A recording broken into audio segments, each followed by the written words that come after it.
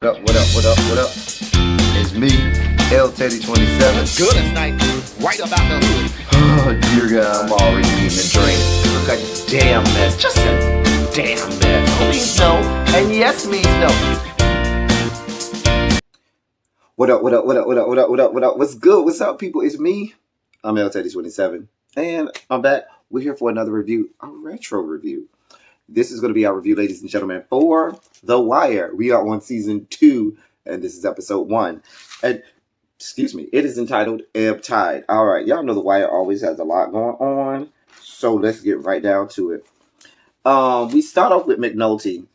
Baby, he is on the water. He is at the docks. He is on the water. He is on one of those little tugboats or whatever that the police have.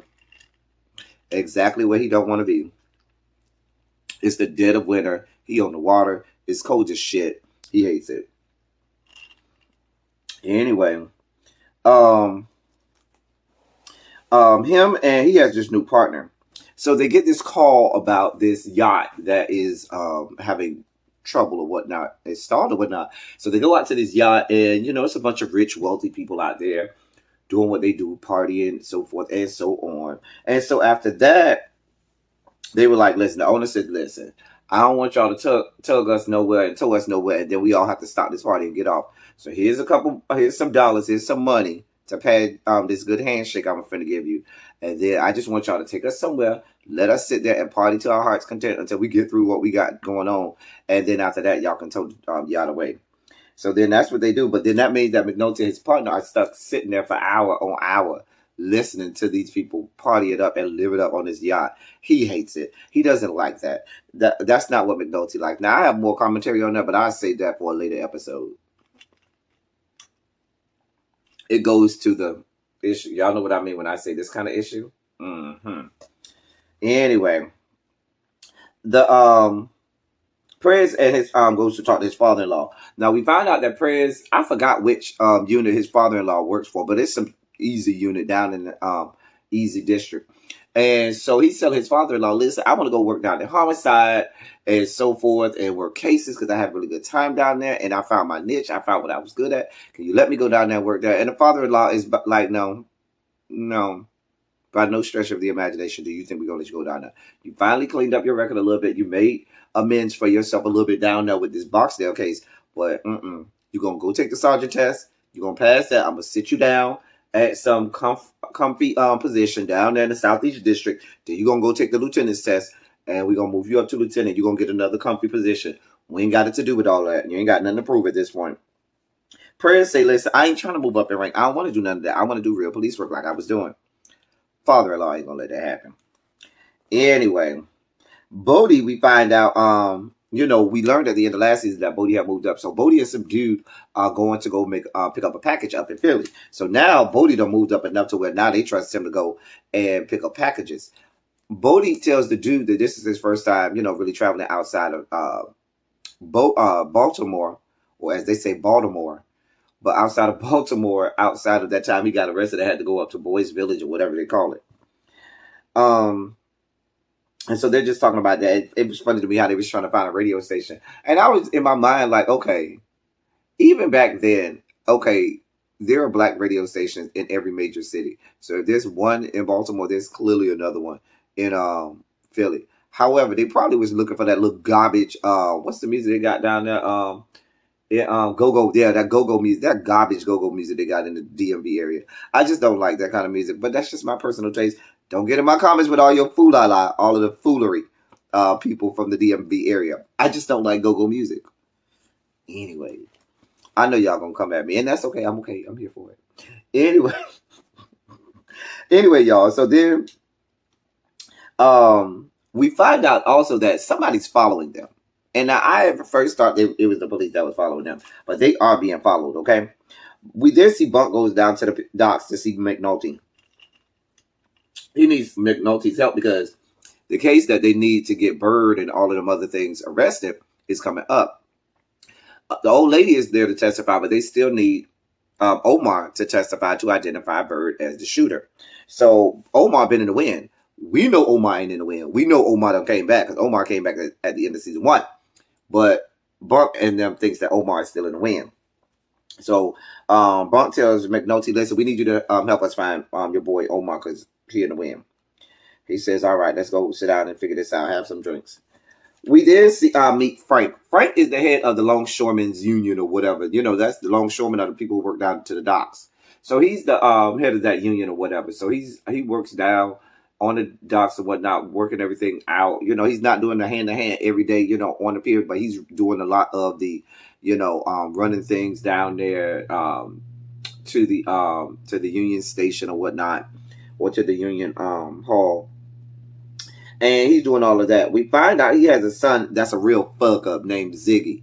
Ziggy run his mouth too much. Ziggy think he knows. Ziggy is a typical spoiled ass white boy whose parents probably worked really hard. He ain't did shit, and he's just, you know, living off of what his parents done and being privileged like a lot of white boys. So, but he ain't shit.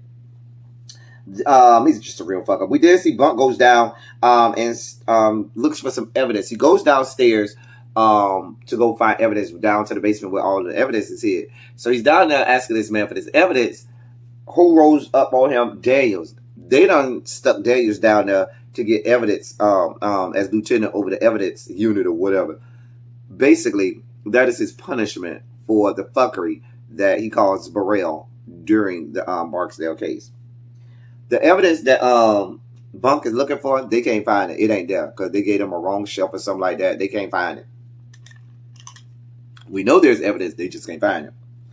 Anyway, Frank goes down to the church, to the Catholic church. So he gives the father this large, this envelope with a whole lot of money. And the father takes the money, and so he wants a stainless glass window with, you know, the dock workers and stuff like that, right in the center space, right in the middle of the sanctuary where everybody can see it. Now he done been paying a lot of money to the father year after year after year, way more money than it takes to get the window. So the father's telling him all about how, you know, they had it made in Germany and the Germans are good craftsmen and this, that, and the third. The Frank wants the father to set up a meeting with this senator that's Polish as well. So we find out there's a lot of Polish people in this that go to this church. Keep that in mind. So Frank, I'm assuming is Polish as well, and Frank asks the father, "Can you set up a meeting between me and this senator who goes to the church?" He was like, "Yeah, I can set it up, no problem." He was like, "But you didn't have to buy no window in order to get me to set up a meeting for you. I could have did that, you know, without you buying a window." And he says, even beyond that, you've given me way more money than it would cost to buy this window. And Frank was like, "Nah, no problem. We have no problem giving it to you, this, that, and the third. You know, it's all in love." All of these sizable donations. Anyway, Bodie and the dude that went down to pick up this package, they get down to where they realize the package ain't there. So the people who they were supposed to meet up with, they like, "Listen, I'm going to call my people to tell them that the package ain't there," but the package ain't there. The people that was following Bodie them, they go in and they look and see that Bodie them, you know, got a problem, that the package ain't there. They all worried, they nervous, this, that, and the third. And so they got to go back and tell Stringer that, yeah, listen, we ain't got no package. So, but they still being followed. Daniels, we see down to the evidence unit, tells the dude down there, "Listen, we're going to have to clean this all up. We're going to have to organize everything, fix everything up, and so forth." And the dude was like, "So we're going to get overtime?" Daniel was like, "Yeah, I might not be able to do that. Not with the relationship I have with the deputy, with Deputy Burrell." But Daniels is going down there and being Daniels, trying to fix up everything the way he wanted. And then we got Herc. Herc goes in there to talk to Kima. Herc is being Herc. Herc is just as racist as always.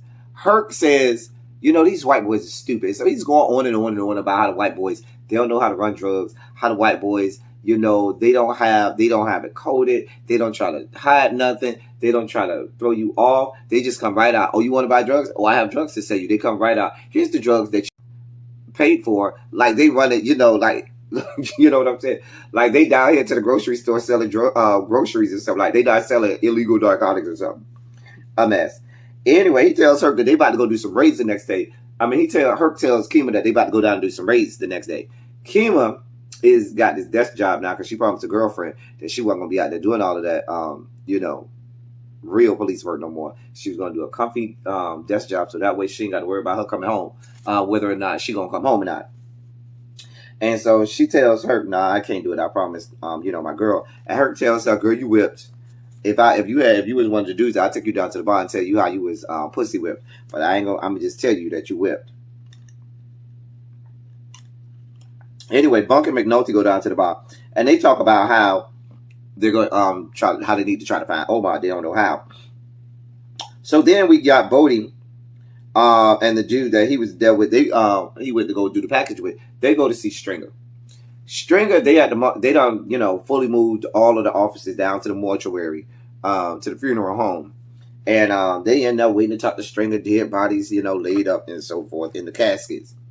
So Bodie and Dude all worried. They corroborated stories. What was the mileage on the car? Because they had to write down the mileage on the car. They had to write down, every, intimate detail of this trip. And so they asking other people the question, does this story match his story? Did you do this? You was 0.3 of a mile off. And if you had did that right, you would all this, that, and the third. Did you ever take your eyes off him? Come to find out, he was like, y'all good. I know y'all story checks out. I had somebody following y'all anyway. And he was like, damn, you have people following us? Oh, shit. He was like, yeah, mm-hmm. So basically, that was a test mission for them anyway, just to see whether or not they was up for the job and see whether or not they was going to do right by it. So then we see down back to the Union Hall. They at the Union Hall just having a good old time. The old guys talking about the old days. Ziggy and Mick and the young guys. We'll find out who Mick is in a moment. I'm talking about, y'all always talking about the old days. Just a good old time when you got a bunch of men at a bar and this is their union hall or whatnot, where they have an open bar and whatnot. And I can relate to that because I'm a part of organizations and stuff like that where it's an organization full of men, and when you men get together, you got the old guys talking about how it used to be years and years and years ago. You got the young guys telling the old guys, "Oh, y'all ain't shit. We don't want to hear y'all old stories and stuff like that." They drink and they telling stories, they lying and all that stuff. It's just a good time had by men, and that's what you see here. Seeing that just reminds me of what me and some of my brothers and my organizations do. I'm in many organizations, but I've seen this many, many, many times over. And I'm in a happy place when I'm in that place. Anyway, we find out that McNulty and his partner find this dead body, this girl dead in the water. And they got to, turn that in or call that in. So then we go to this house. I thought it was Frank's house at first, but then we find out that it's Mick's house. He stays with his mom. Ziggy is on the couch. Ziggy is Mick's cousin, okay? Now, Mick is Frank's nephew. Ziggy is Frank's son. So I'm assuming that the lady is probably Frank's sister. Ziggy leaves and goes to work. He works down to the docks as well. Mick leaves and goes to work. He leaves Mick leaves and goes to work at the docks. Ziggy is still asleep on the couch because I told y'all he's an old ass fuck up. And he leaves him there. We then see Praise's father-in-law goes down to the church because he got an offer now, and he wants him a stained glass window in order to get it put up down in this center spot at the sanctuary. So he gives a $2,500 donation. Father said, "Listen, somebody already beat you to it. The docks. Frank came down here with offerings and stuff from the docks. Did they offer more money than us? Yes. I can't tell you how much. Did they offer more than $4,000? Listen." This spot belonged to Frank and them and the dock workers. I'm sorry. I can't tell you how much they gave, but no, they gave you more than you. You want to talk about this? You go talk to Frank. So Prez's father-in-law is like, now wait a goddamn minute. How in the hell they got that much money? They losing union members left and right. Their union is struggling. Where they get this kind of money from? And I see his wheels churning saying, let me look into this. Because white people hate when you tell them no. You ain't going to tell no white man no, because he's going to find a way to turn that no into a yes, because he knows he has privilege. Moving on. We ain't going to go down that road. Anyway, Frank's nephew, Mick, is on his way into work. And I only write this down because you know this is going to come up later. They made it a point to highlight the fact that he passed by developments and condos that are being built right on the docks or the piers or whatnot. And it is right next to the docks. And that's going to be important at some point, that we know that they're building and selling condos and real estate down there by the docks.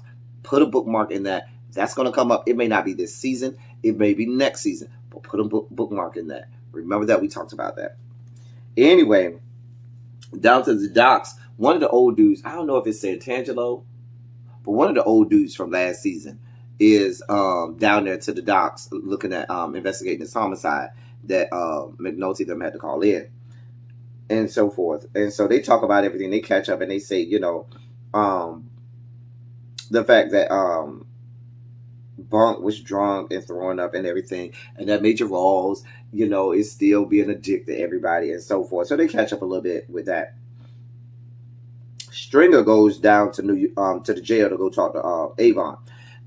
Avon talks to him about the fact that this package that Bodie them was supposed to pick up wasn't there, and they need to find out what the fuck their product is because we don't pay for this product, and Roberto and them in New York ain't gave us our product. So he was like, you need to go up to New York and find out what happened to our product. We paid the money, we need our money back if they ain't gonna give us our product. Ziggy, we then see Ziggy come down to work, and Mick he asked me, why you ain't wake me up for work? He was like, you already a fuck up. So he was like, are you want to go down and talk to the Greek? He was like, yes, can I come? No, you cannot come, Ziggy. Why I can't come? Because you talk too much. Let me drive you there. All right, Ziggy, but when we go here, don't say shit. I don't want to hear shit. Don't tell me shit. Don't listen. Don't fuck up what I got going on, okay? Do not mess up what I got going on. Child. They go down there. What did he tell Ziggy to do? Not to say shit. What does Ziggy do? Talks. Gets all obnoxious and everything. Calls this Russian man Boris from Rocky and Bullwinkle, and it's just obnoxious. So much so Mick had to say, bitch, go sit your ass down and fuck somewhere over there and shut the fuck up. He's a fuck up. So they did some business deal or whatnot. Now, at first, I was a little confused because it sounded like Mick was trying to say, well, I'm not getting a lot of hours down to the docks, and I need a way to make extra money. So, so they was kind of do that kind of deal. That's just what it sounded like to me. When they leave, Ziggy gets all upset in his feelings and is like, oh, you embarrassed me down there in front of those people, and you ain't have to do it like that. Mick ain't paying him no mind. McNulty then goes down to homicide to see what happened with his case. And so Sergeant Langford, his sergeant, is like, oh, you liking it down there on the water? And so where's my $10? Because I bet you $10 that they would send you. They were like, yeah, you had Major Rawls send me there, whatever. Anyway, we find out that the case they sent to the county because it was exactly across some line that they had to cross for it to be the county's responsibility and not the city's responsibility, not the city of Baltimore. So he was like, we don't got it no more. That's on the county. And so that's what we find out about that case. So then we see Stringer. He goes to New York to go talk to the distributor, Roberto. Roberto ain't going to talk to him, so he got to talk to Roberto's lawyer. So Roberto's lawyer tells him, listen, we getting investigated by the feds right now, so Roberto ain't got it for nobody. We ain't giving you nothing. And he was like, well, normally when you getting investigated by the feds, you go right back into, dealing because the feds don't expect you to go right back into, distributing like that. And so it's easier to do it right after they start investigating you. So he was like, yeah, normally that would be the case. And so Stringer was like, so y'all got a problem with us? He was like, yes. Y'all done got hemmed up by the people down there in Baltimore. And for all we know, with the size of the cartel y'all got, Avon only got that many years. How that happened? Y'all need to let us know because it looks like he got leniency for cooperating with the feds. And that's probably why we being investigated. So until we find out that that's not the case, we don't have it to do with y'all. Sorry, boo. Anyway, we see Frank down to the docks. Now, Frank and his little right-hand man, henchman, is down there. They are moving stolen goods and probably drugs in some of the containers down there to the docks.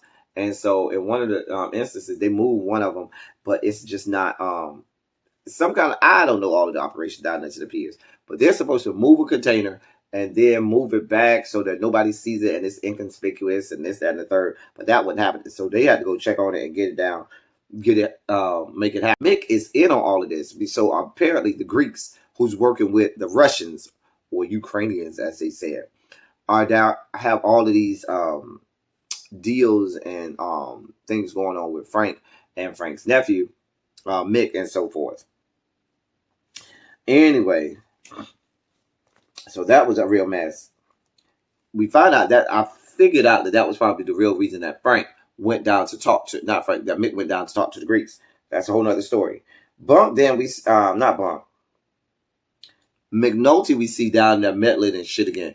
This motherfucker cannot leave well enough alone. So he does all of this looking into shit and investigating shit because he cannot stand the fact that they done got his ass. So he goes and investigates and finds that the body was 2 feet over this imaginary line that puts it back into the city of Baltimore's territory and not in the county's territory. So he sends these faxes down to the county and said, this is not yours. I found that, because of how the tide ebbs and flows and the currents and the water and this, that, and the third, it should have been in the city of Baltimore, not with the county. So the county sends that jump back to the city of Baltimore. Major Rawls gets it again. Major Rawls is pissed, okay? He tells Sergeant Langford, yeah, your boy down there fucking with us again from down there, okay? Go get your boy. Go get your boy. A mess. Anyway, so they figured out it was McNulty right away. Kima goes home and she tells her girlfriend that she doesn't like this desk job. And she was like, well, at least I know you're going to make it home safe and you ain't going to get hurt. She was like, you don't know how bad these paper cuts are hurting me at this damn desk or whatnot. And so they laugh it off and they kiss and, they have this intimate moment. We find out that the girlfriend's trying to have a baby. So the girlfriend's trying to get pregnant and so forth. And they said, and she told the girlfriend told Kima, if you find me a suitable, donor, then we won't have to pay all this money for in vitro fertilization and artificial insemination. Down to the docks. I'm sorry, down to the towers. Bodie is there. One of the dudes comes up there and say, one of the other dudes upstairs is low on what he's supposed to have. And he was like, yeah, when he comes down, I'm going to fuck him up. I'm going to whoop his ass. And Bodie was like, listen, you can't just be fucking people up every time you think about it. You got to do right. You got to figure out what really happened. So I guess Bodie did learn a little something from D, not to be, just a hothead, sometimes wait a little bit. Anyway, so we see that, in leadership, Bodie is learning the way, and it was a good thing for Bodie to be under D for a little bit so he could learn that side of it, because you just can't be hard ass all the time. You do need to learn to sometimes bend a little bit and know how to be a true leader. Leaders aren't always hard asses.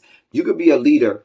You could be a hard ass if you're one of the people underneath the leader. But when you are the leader, sometimes you have to bend a little bit, and sometimes you can't be as unyielding on things as you were when you were moving your way up.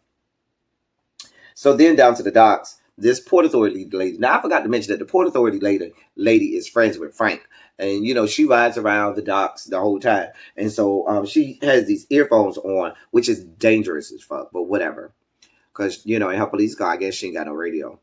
So anyway, she's riding around.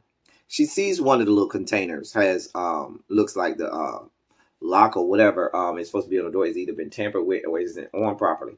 So she opens it up and she goes inside. And it's a bunch of computers. But then, a long story short, she goes into a back compartment and finds dozens of girls, dead white girls, in the back of this container. Y'all know how white people get. It's one thing for you to find a whole lot of black bodies dead, but you find a whole lot of white young girls dead. That ain't gonna sit well with white people. And so so the police get called down there and everything.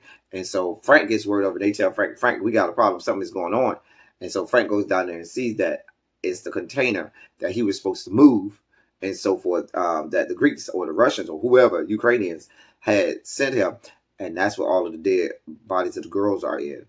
Mind you, this is also in connection with that body of the girl that they found in the water, because they had found out that the girl was not a suicide attempt. The girl was dead before she even got to the water.